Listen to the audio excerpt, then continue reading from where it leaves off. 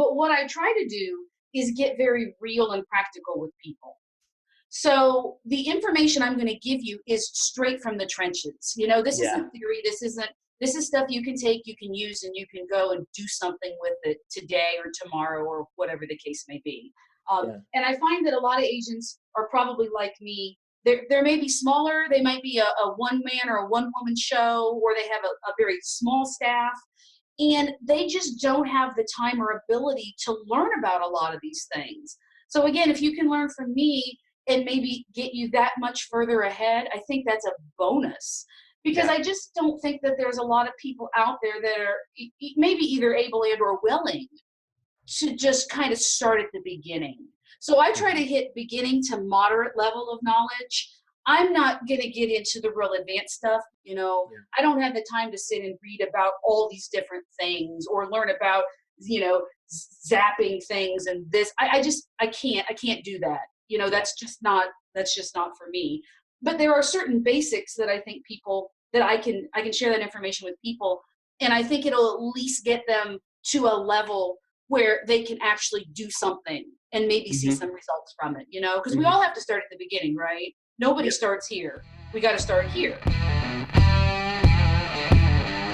Hey everyone, thank you so much for joining us. Welcome to the BLIP podcast. My name is Josh Berg. I'm the host, and today I have Carrie Reynolds. Carrie owns the Alan Galvez Insurance Agency, and they are located in Bellefontaine, Ohio. Bellefontaine, it's okay. Bellefontaine. I screwed that up. You're all good. Yeah, I have Carrie on today because Carrie is well known in the insurance industry for blogging, and it's something that I know I need to do more of. I should just stop at I need to do. We can get into that later, but and so I wanted to have her on. I think she'll be a big help for anyone thinking about doing this or wanting some extra tips and stuff like that. So Carrie, thank you so much for joining me. Yes, thank you. It's an honor to be here. I appreciate it. Hopefully I can help some people today. Yeah. Well, I'm sure you will. So for starters, one of the questions I had for you is if you have any nicknames, and you said you didn't really have any nicknames. So I feel like that's such a, I don't know, like such a disservice for you. I feel like you need some sort of blogging nickname. So anybody listening, you got one for Carrie around blogging? Keep it clean, folks. That's all I ask. Keep it clean. That's right. So how long have you been blogging? So I started in 2009, and that was kind of the start of all the social media platforms beginning. At least that's what I think. And I started because I had heard about all the social media, Facebook and Twitter and all this stuff, and even blogging. And I took a class at our local JVS, and it was called Introduction to Social Media. And at the end of the class, the instructor said, of all these things that we've spoken about today, you need to pick one thing that you're going to do, okay? Because if you try to do everything, you're not going to do any of them very well. Yeah. So I've always been a big reader. I love words. And when he was talking about blogging, something resonated with me. I said, I think maybe I can do that. And when you think about insurance, what you're doing is you are explaining things to people. You are writing stories. And it just seemed like a natural progression. It's like, okay, if we're doing this with our clients via email or an in-person conversation, why can't we do this in a blogging platform? Mm-hmm. So for some reason, I just thought it had a natural fit. And I thought, okay, well, I'm gonna do blogging.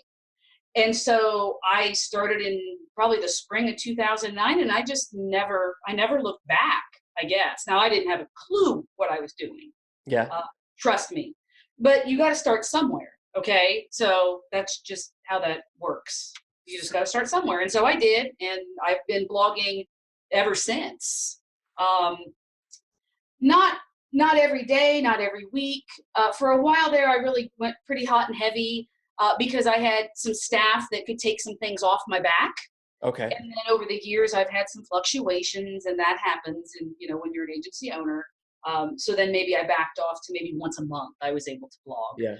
And now I've just recently, because of a change in staffing, yay, a good change, I can get back to blogging a little more frequently. Nice. So that's kind of the progression I've taken over the past 10 years or so. And have you always, has your blog always been about insurance? No. So when I started blogging, I actually had a personal site, which I still do. I won't talk Okay. about it here, but it's out there, and I haven't written on it for a while. But it was talking about insurance marketing. So Okay. I would take the things that I had done in the agency, and I would write about those. So maybe it's how to what should you put in your Facebook post, or something to that effect, some sort of a lesson based on the things I had been doing at the agency. And the Uh-huh. idea was very simple. It was to help others maybe learn from my mistakes and maybe get a couple steps ahead.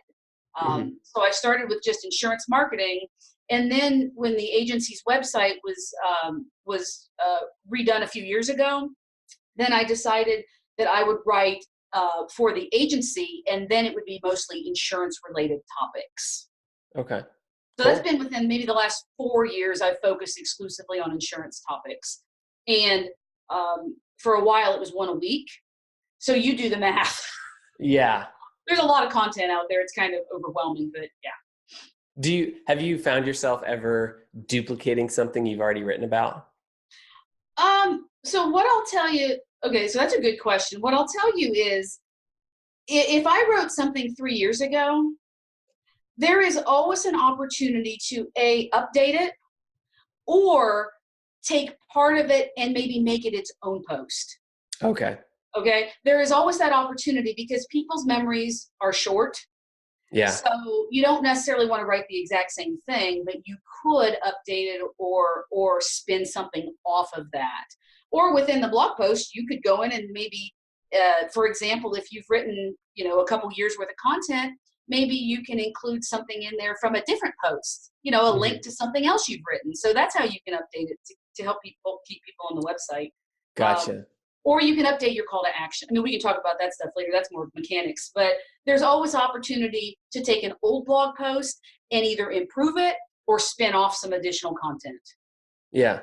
And so I mean, like you were just saying, blogging once a week. I know there's people who try to do it almost daily, and even once a week seems daunting. So, but you're somebody who, you love words, you love to read and write. And so it seems like something up your alley. Is there, I know that having a blog on your site is a great way to, attract people to the site Correct. just from Absolutely. Mhm. SEO and whatnot. And Yep. so is there somebody like me? I've heard or read at different times crazy numbers, like every blog should be like between 2,000 to 6,000 words or something, to get maximum. And so to get maximum exposure, I'm thinking, okay, well, if I can't do a 4,000 word post, there's no point in even doing it because it's just going to get buried somewhere. Do you think is that true? No, I don't believe that at all. Okay. So when it comes to blogging, what I tell people is, when they ask me those kinds of questions, I say the post needs to be as long as so you can say what you need to say. Okay. Okay. And if it's 400 words, it's 400 words. If it's 2,000 words, it's 2,000 words. Get your point across, say what you need to say. And if that's as long as it is, that's as long as it is. I mean, Yeah. I don't subscribe to that theory. Now, that being said, most of the things I write are probably between 500 and 1,000 words. That's pretty an average post for me. Okay. And that gets out everything I need to say pretty well. Because I will tell you this, people will skim. People are skimmers by nature. Yeah. And so unless most of those 4,000 words are really stinking interesting, people probably aren't going to read the 4,000 words. Yeah. So you just need to understand that. And I know I don't mean to discourage people. And I have some tips for people who are thinking about starting, because I'm going to absolutely recommend that you do without hesitation. Yeah. But you just need to make it as long as it needs to be to get your message across. That's really the easiest way to answer that. And Okay. and you might hear a lot of stuff from other people, and maybe professionals who are making money off of I'm more practical about it. I Yeah. mean, just write what you need to write and communicate that message and tell people what they need to do after they have read your article. Yeah. And I think that's a good policy to follow. So like what to do after they've read your article, like a call to action of some sort. Correct. Correct. So Because I always say if you write a blog post and you don't tell people what you want them to do after reading it, you might as well have not even have written it. yeah. Quite And frankly, because the idea, okay, so for me, blogging is storytelling with a purpose. All right. okay. I tell stories. When I write these posts, I am telling stories about a claim situation or answering somebody's question. And so at the end of that, I want people to see me A, as an authority, Yep. B, as a trusted resource, because again, that's the point of blogging. You know, you want to be known as a trusted resource. And at the end of it, you want them to suddenly make a connection and go, oh, I'm in Ohio. Oh, I have auto or home insurance needs. Oh, I need to contact this person. Yeah. That's really the light bulb moment that you want people to go, she knows what she's talking about. I need to call this person, or I need to fill Yeah. out that form, or I need to do something. You want them to take action. So that needs to be part of it. Absolutely. It, when you create a post, like a new blog post, do you just put it on your site or do you also share it in other places? So when I write, I write the post, and then so here's the other thing about, let's take a step back real quick. The one thing about blogging is that until you have built up a library of content, Yeah. it's not like you're going to just publish it on your site and necessarily the magic works and Okay. everybody in the universe finds you. Okay. It doesn't quite work like that, especially if you're kind of new at it. Yeah. So you need to publicize that you've got a post out there. I mean, for a while, and even though I've written for a long time, I still do that. I take Yeah. my post. Just today, I released a new post about, can I close my insurance claim after can I close my insurance claim after it's been opened? I can't even remember the title, but nonetheless, I went to our Facebook page. I put a link to it there. And some people are going to argue with me that that is not the way to do it. That's fine. They can argue all they want, but I need to get the message out somehow, right? Yeah. That is one way to get that message out. So I put Do it you on know the do you page. know why somebody would say don't do that? There's probably some algorithm with Google that Yeah. maybe penalizes you, but I Hmm. don't study Google. So I just Okay. I can't speak to that. Sure. I have to think that if I get it out there in the, out the nether world, that I, it, I don't think it can hurt Yeah. personally, Yeah. Yeah. being a simple person. So anyway, I publicize it on the agency Facebook page. You know, I put a little Okay. intro and then share the post. And then I also share it on my personal profile because Okay. why wouldn't I, right? Obviously. Right. Right. So I do that. And then I also publicize it in our monthly newsletter that we do. It's a digital e-newsletter. So I put it in the newsletter. So there's 3 ways that I'm getting that information out to the public at large. I don't do anything printed with it, or, I mean, that's as far as I've taken it right now because I haven't thought of any additional ways to do it, I guess. And my Yeah. time is also limited. I mean, Yeah. I run this place. I still sell policies. I have to do HR. I have to do marketing. So I have to do what I can do. But yeah, Yeah. so if you write the post, then you do need to publicize it. I mean, people need to know that it's out there, Right. or else you people may just not know that it's there, and that happens at the beginning. Are you ever concerned about advice you give in a blog post or something you say being used against you later? So if I was concerned about that, I wouldn't be in insurance in the first place. Yeah, I guess That is that's our daily existence, right? right. Giving So advice. I Yeah. tell people, here's the advice I give. Don't say anything in your blog post that you wouldn't say to a customer. Mm-hmm. Very simple.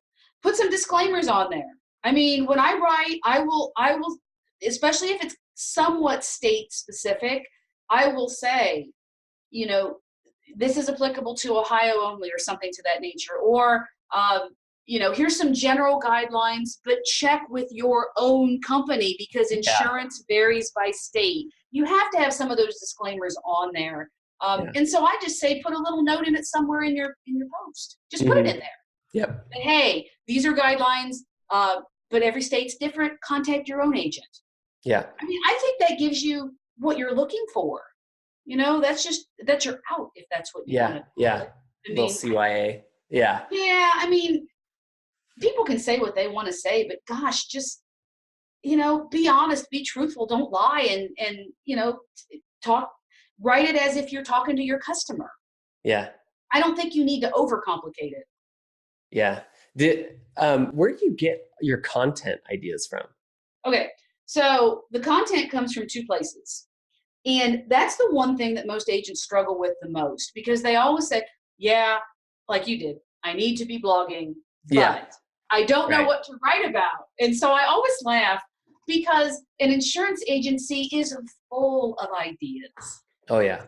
Full of ideas, but you just don't think about it. So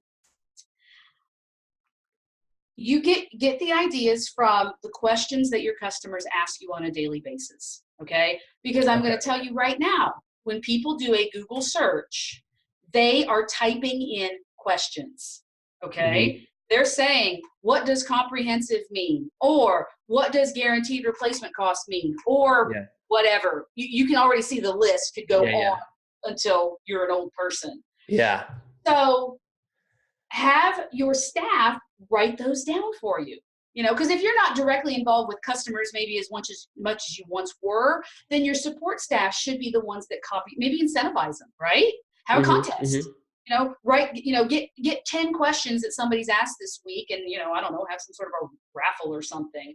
But you would have so many questions in such a short period of time, it would boggle your mind. You should never struggle for content because you get asked questions all the time. Yeah. Whether about coverage information, claims information. I mean, my God, the list goes on. Yeah. So just start writing them down because what I subscribe to is the Marcus Sheridan school of thought. Okay. His story's famous. Go look it up, go Google him, go read his book. I don't care. But he says you need to answer the questions that people ask, especially your customers. Okay. That's what you have to do. He's the pool guy, right? Pool guy. Yeah. Pool guy. Cool. Oh, you recommended his book like a year and a half ago or something, and I got you asked the answers. I haven't read it, but I know his story well enough as he pretty much saved his company because of blogging. Right, and then he switched his whole business. He stopped doing pools and started marketing. Yep, exactly. So anyway, I subscribe to his theory 110% because it's true. Just think about when you go onto Google and when you start typing, what are you doing? You're asking questions. Yep. The idea behind it is that when those questions are typed in, if it's in your local space, you want to be the one that comes up with an answer to that question.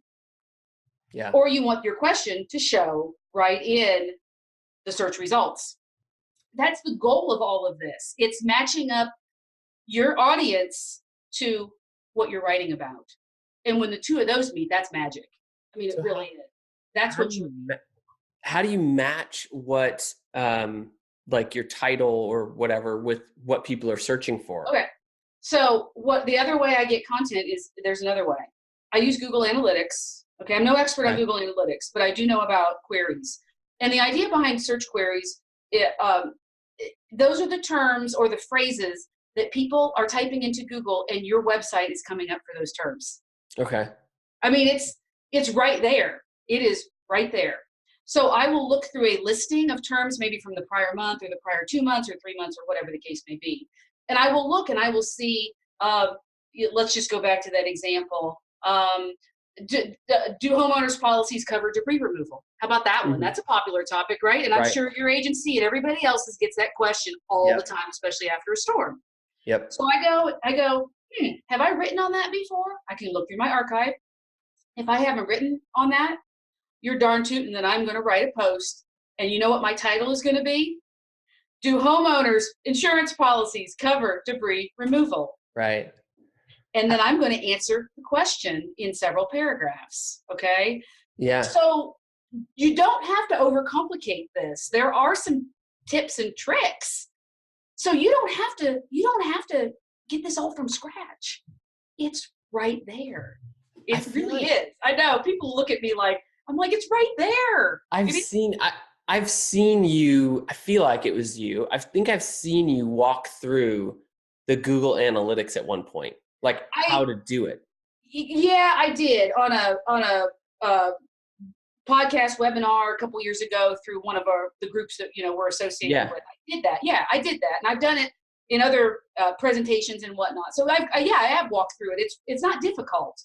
You just got to get used to it. Yeah, I was But gonna say like it's right there. so if you just type in Google Analytics, Well, you have to have a Google Analytics account set up. So the okay. Analytics account ties in with your website. Okay. Okay. And don't ask me too many questions about all of that because I Sure. didn't set it all up. The website provider did. Okay. But I know enough about that little piece of it, which is what I can't know everything about Google Analytics, but I do know about that piece because it directly relates to the blogging piece of it. Yeah. Yeah. So that's Cool. how that component works. So I Nice. mean, you can get just from that, you could get a list of articles. Oh, I'm sure. You type in insurance, you probably see like 1,000 different search Yeah. questions. Well, I mean, like it'll often give you the whole phrase that people are typing in. Do homeowners insurance policies cover debris removal? Again, if you don't have something written on it, go write something on it.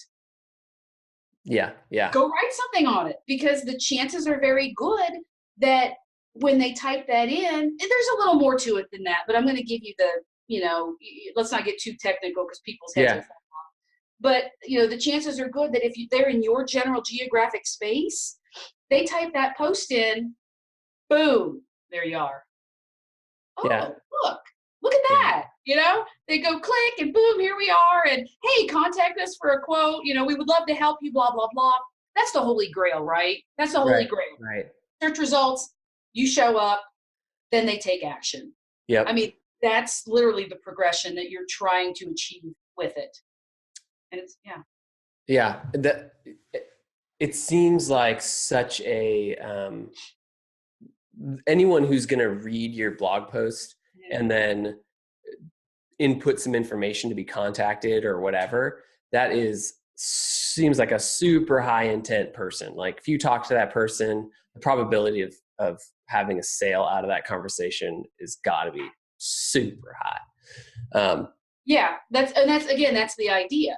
Because what you're doing is you're setting yourself up as a person of knowledge, of authority, as a trusted resource. Because you're not going to throw that stuff out there and have it be totally untrue, right? I mean, you're like, this person knows what she's talking about. I need to talk to this person. Yeah. That's part of the reason of blogging. So not only to try to be shown in the search results, which is the SEO portion that you referenced earlier, that's very important, right? People type in the question, you show up, boom, they go to you. You also want to be shown as a person who knows what they're talking about. Right. So it's twofold. Yeah. It's a twofold idea there. Do you ever use your blog posts to, I guess, to answer your existing clients' questions or prospects' questions? So like I've done it before where somebody asks about, hey, I got this letter from my mortgage company saying, I don't have enough insurance or whatever. And that's one of the 3 blogs posts I've written is on Good that. job.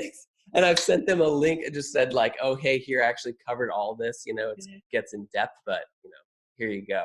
And I was curious if you ever refer back to the content you've already written to answer clients' questions. I have, but probably not as often as I should.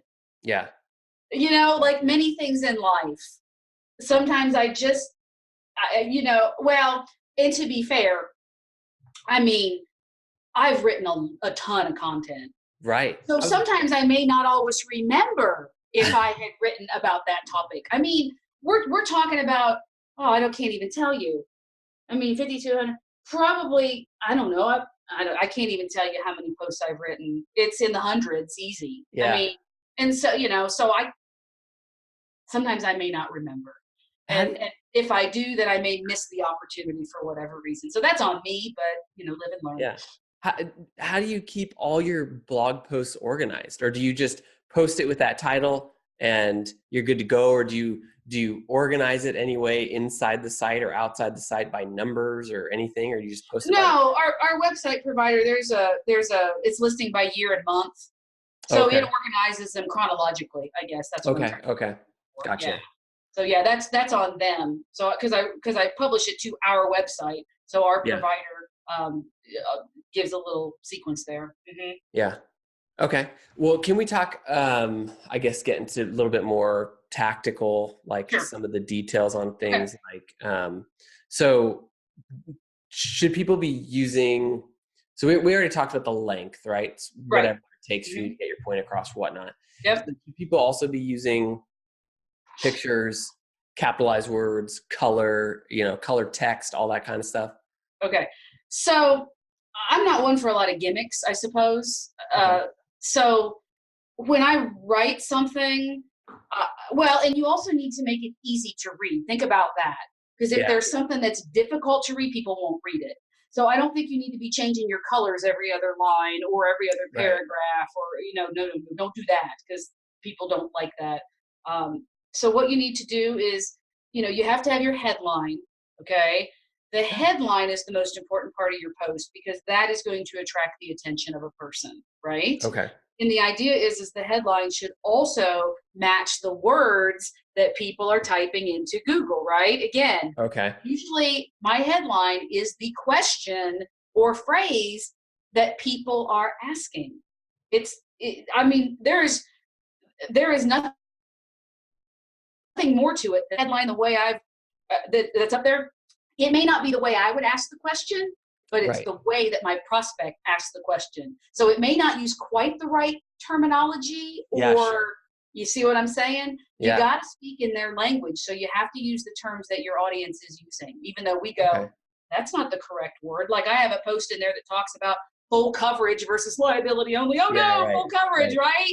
We all hate that term. I don't care. Your audience uses that term. Totally. Okay? Yep. So you're going to use what they use. So anyway, the headline should mimic what search results you're going for. What's the question that somebody's asking. We're going to use that way we are more likely to be found in those results. All right. So headline, probably the most crucial part of your post, I'll be honest with you, because if you don't catch their attention from the get-go or answer their question or address it in some way, they're probably not going to go any further. All right. I struggle with headlines. Well, I used to until I adopted some of this, just go grab them from your analytics, right? Don't overcomplicate it. You also want to use, subheadings if necessary. Sometimes if you want to make it easy for people to read, you need to break that content up, okay?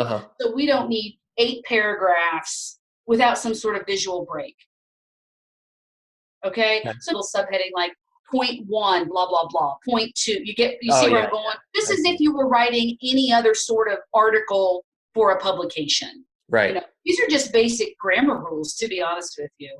They're just basic ways for you to write. So subheadings help break it up. And if somebody skims, the idea is if they skim, they're still going to get the meat of the post from reading the subheadings. Got it. Okay. Okay. So we can go headline, subheading 1, subheading 2, subheading 3, boom. Nice. I hate to tell people this, people skim. Oh yeah, for sure. We all do. I'm guilty of it too. So sometimes the subheadings might help. And then I also say that you should use short paragraphs. Again, easier to read. Okay. Yeah. Basic grammar rules. What else did I say? Oh, so the other thing that I have that I try to include, especially now that I've built up a library of content, is I try to include links to other articles that I've written. Okay. Okay. And so it's called interlinking. Let's not get too technical, but all it means is that you point to other things already on your website. Maybe it's a product page. Okay. Maybe it's auto insurance or home insurance or whatever, or later on, maybe it's an actual link to a post that you've written previously. Like, hey, for additional information about this topic, please read this. Okay. Yeah. The idea behind that is very simple. You want to keep people on your website as long as you possibly can. Mm-hmm.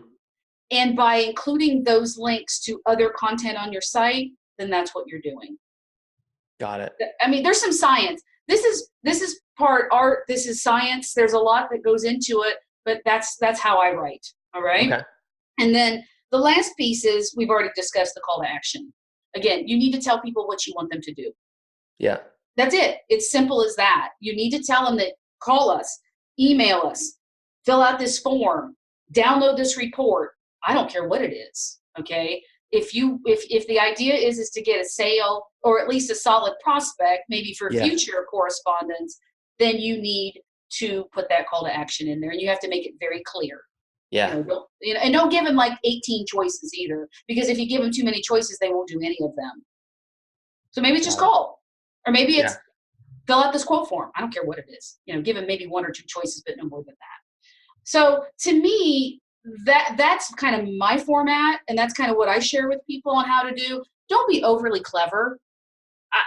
I just don't think there's a reason for it. I think a graphic is good. I always include a graphic, because sometimes, some people are more visual than they are, versus the written word. So if I put a visual up there with maybe, I don't know, if it's about a house claim or something, maybe it's a house on fire. I don't know. I'm just Sure. out of nowhere. But I think it'll get people's attention. There might be more to the science behind it than that. I don't study it per se, but that's kind of the format. That's the basic format I go past. I have kind of a template, and that's what I use. Okay. For pictures or images, whatnot, do you use a certain site to get them where they're like royalty free, or do you pay for them? I use Canva. Canva is my go-to for forever, because you're not going to get into copyright issues. Right. Don't go just swiping stuff off the internet, because people get really irritated by that. You'll get suddenly served papers. Not that I have, but I know others that have. And I'm like, no. Yeah. If you go to Canva, they have a library of all kinds of pictures or images or graphics or, oh my gosh, it's insane. And they're like $1 a piece. Yeah. I mean, really? If you can't pay $1 for an image, that's just sad. So go do it and be happy about it. And you can use it for other things than that, but Canva's my go-to for images. Absolutely. Unless I'm using an image like specific to us, like maybe a staff photo or whatever. But for anything that isn't agency related, I use Canva. Highly recommend. How, now that you've been doing this for a long time, and so how long does it take you to actually basically write a blog post from start to finish till it's actually posted? Yeah. So if I'm inspired, okay, and if I stumble across a topic where I'm like, boom, that one I got, it's just like, it's actually almost like sitting here and I just need to get it out. Yeah. Probably if I get in the zone, I can probably have it done within a 2-hour time span. Okay. And that includes grabbing an image and throwing it in there, and then putting all the appropriate calls to action and links to other posts, blah, blah, blah. That's probably a solid figure. I've probably gotten them done sooner than that, but that's probably pretty average. For most people, they're like 2 hours, but that seems good. It's better. It's better than the days that I used to spend, right? Right. Because totally. You do it more often and you hopefully improve at it. You do get into a flow. There's a flow to it. Do you always go start to finish with one before you start the next one, or do you batch them? Or I have actually, and this has just happened recently, because I have a whole list sitting actually right here beside me of different article headlines. So every once in a while, I will be working on 2. It has happened. Okay. Because maybe I've gotten through one and I'm kind of like, you hit a roadblock, which does happen, right? Then maybe you're like, well, let me start this other one and we'll see how that flow goes. So I have had a couple that I've worked on at the same time. Probably no more than that, though, because it gets too confusing. I don't want to, that would drive me crazy. But I try to go from start to finish, but if it's not possible and I hit a roadblock, then I will go on to another one and just, start plugging away on it to see maybe if that one gets me where I need to be. And then I'll go back to the other one and, eventually. But that's how that works. Okay. Do you remember your very first blog post? I do, and it was horrible. So it was on my personal site, and it was basically, hi, this is me. Here's what I'm going to do. It was So you're saying you shouldn't do that? No, I'm not saying that. I don't. So what, I tell you have to start somewhere, and people need to understand. We might get into this later about tips and for people that might want to think about doing this. Sure. But one of the things I will say is that you got to be comfortable with the fact that the first few are going to suck. They're going to be horrible. Yeah. But it's okay. Yep. As long as you get it out there, I think that's a great learning opportunity. I mean, you just gotta, you can't have the fear. You just gotta get it out into the world, and then you build on it from there. But I promise you, they will be awful. And as I look back at it now, I just crack up laughing and go, "Oh my gosh, did I really write that? Is that really?" But you know what? You don't know what you're doing. Yeah. So you're just taking a chance. I'm okay with that. Yeah. Those are the best. I didn't remove it. It's still out there. It's like hideous, but yeah. Okay, it's fine. It's fine. Those are the best. Those are the, like, you can't ever delete those. You can't replace them. I've seen so many people who, are really solid, in marketing in one form or another. And you every once in a while, you'll see what they, like, their first or second thing that second time they tried it. And it's awful. But you would never know that looking at them today and where they're at. You just think like, man, this person is just natural and they just kill it. But it's a progression in anything. Yeah, and that's really, if I can impart any wisdom on anybody, that you do have to understand that it is a progression. Yeah. So you're not going to start out being just killer. It just doesn't work that way. But the nice thing is that, and those people would be included, is that you can see how far you've come. Yep. So to me, having those original posts back there, I think is fantastic, because you can go, wow, look where I'm at now. And those folks that are, out there in the blogging sphere that are really, really good at it, they can say the same thing. They can go, wow, I've improved so much. So I think that's a nice reminder. You got to see how far you've come to know that you've actually made advancement. Yeah. Well, so what you just said something on this, but what advice would you give somebody, or what tips would you give somebody who's not been blogging, or somebody like myself who has 3 posts up, but is like, I mean, I get, I can't remember. This feels like a therapy session now. It totally is. It totally is. I can't. Tell me your blogging problems and let's solve them. Gosh, I can't remember what the phrase is, but it's where you pay me enough, I'll write yours for you too. Well, what is it? You want something to be perfect, and if you can't do it perfectly, you never do it.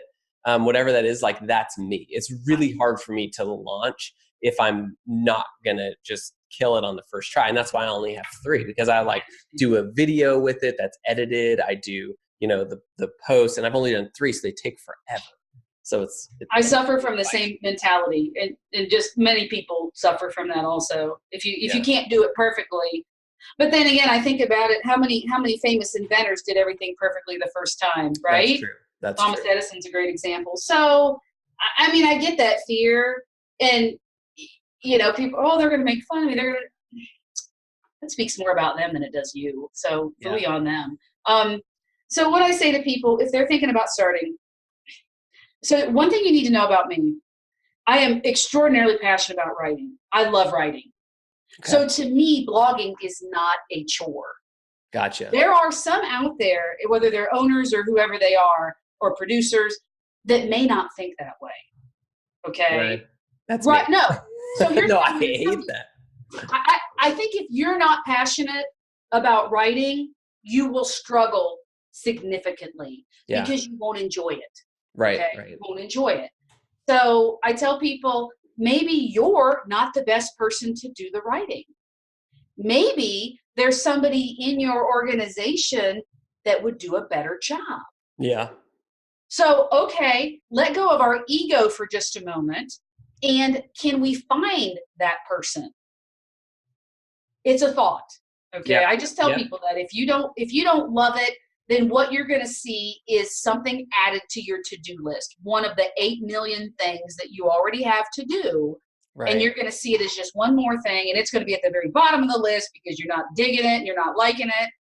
Find somebody else that would enjoy it or is good at it, or partner with somebody, or I don't. But sometimes the person to do the writing may not always be you. Right. Just, even if you may be the person to actually post the content, mhm. you might not have been the person that wrote it. Fair enough.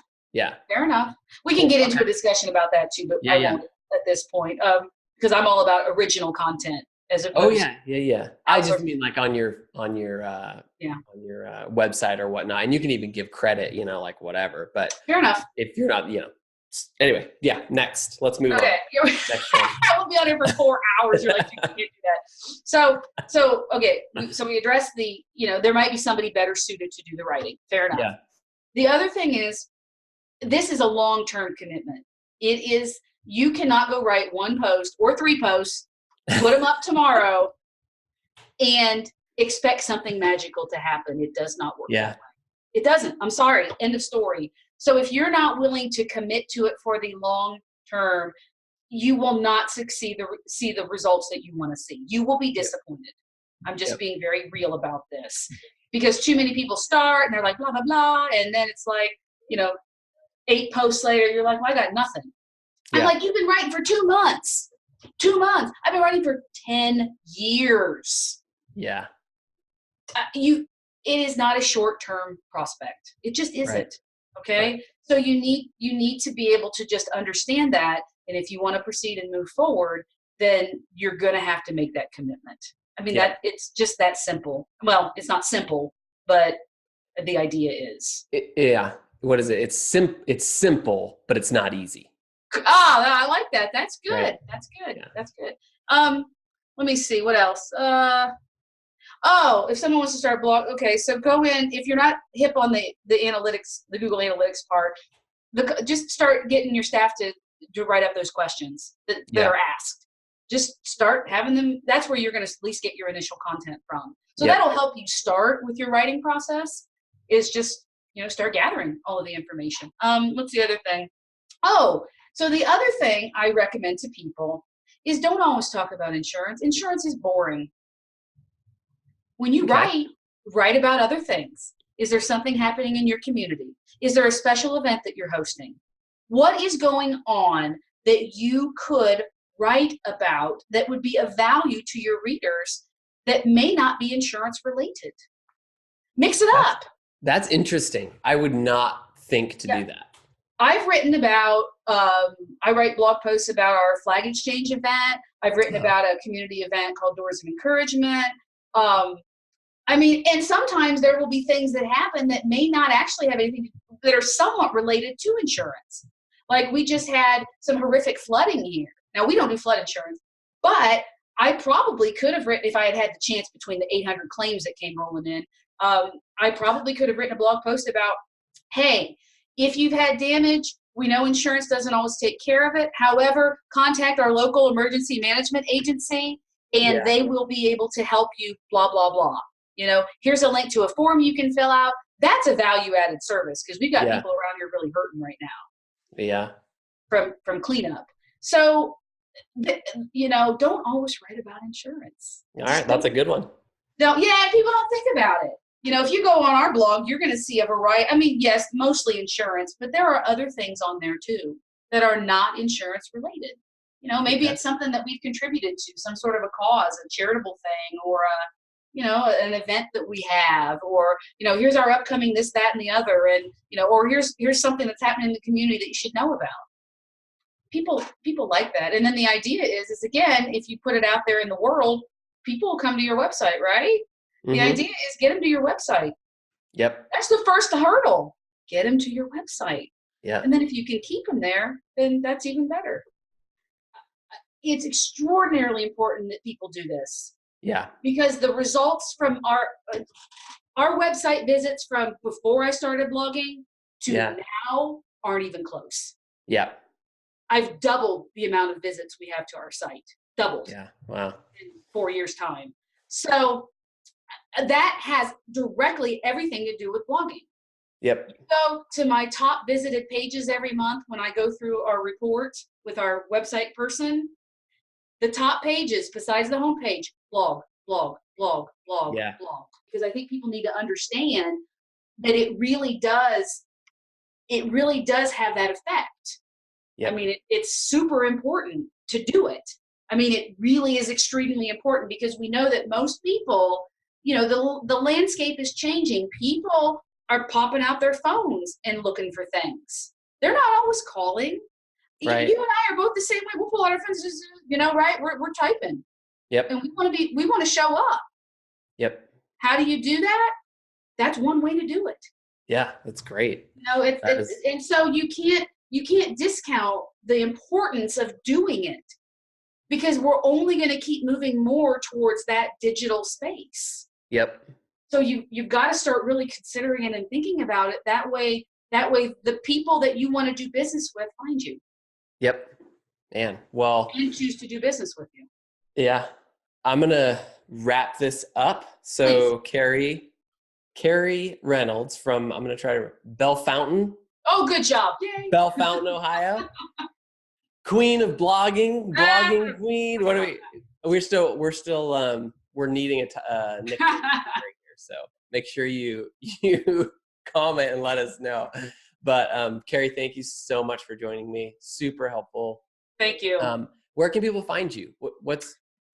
I'm very easy to find. I don't know whether that's good or bad. So, if you go to the website, galvezinsurance.com, there you can also see all of my blog content from the past several years. So that could be useful for people if they want to start getting their head wrapped around it. Yeah. But my contact information is on there, email or phone.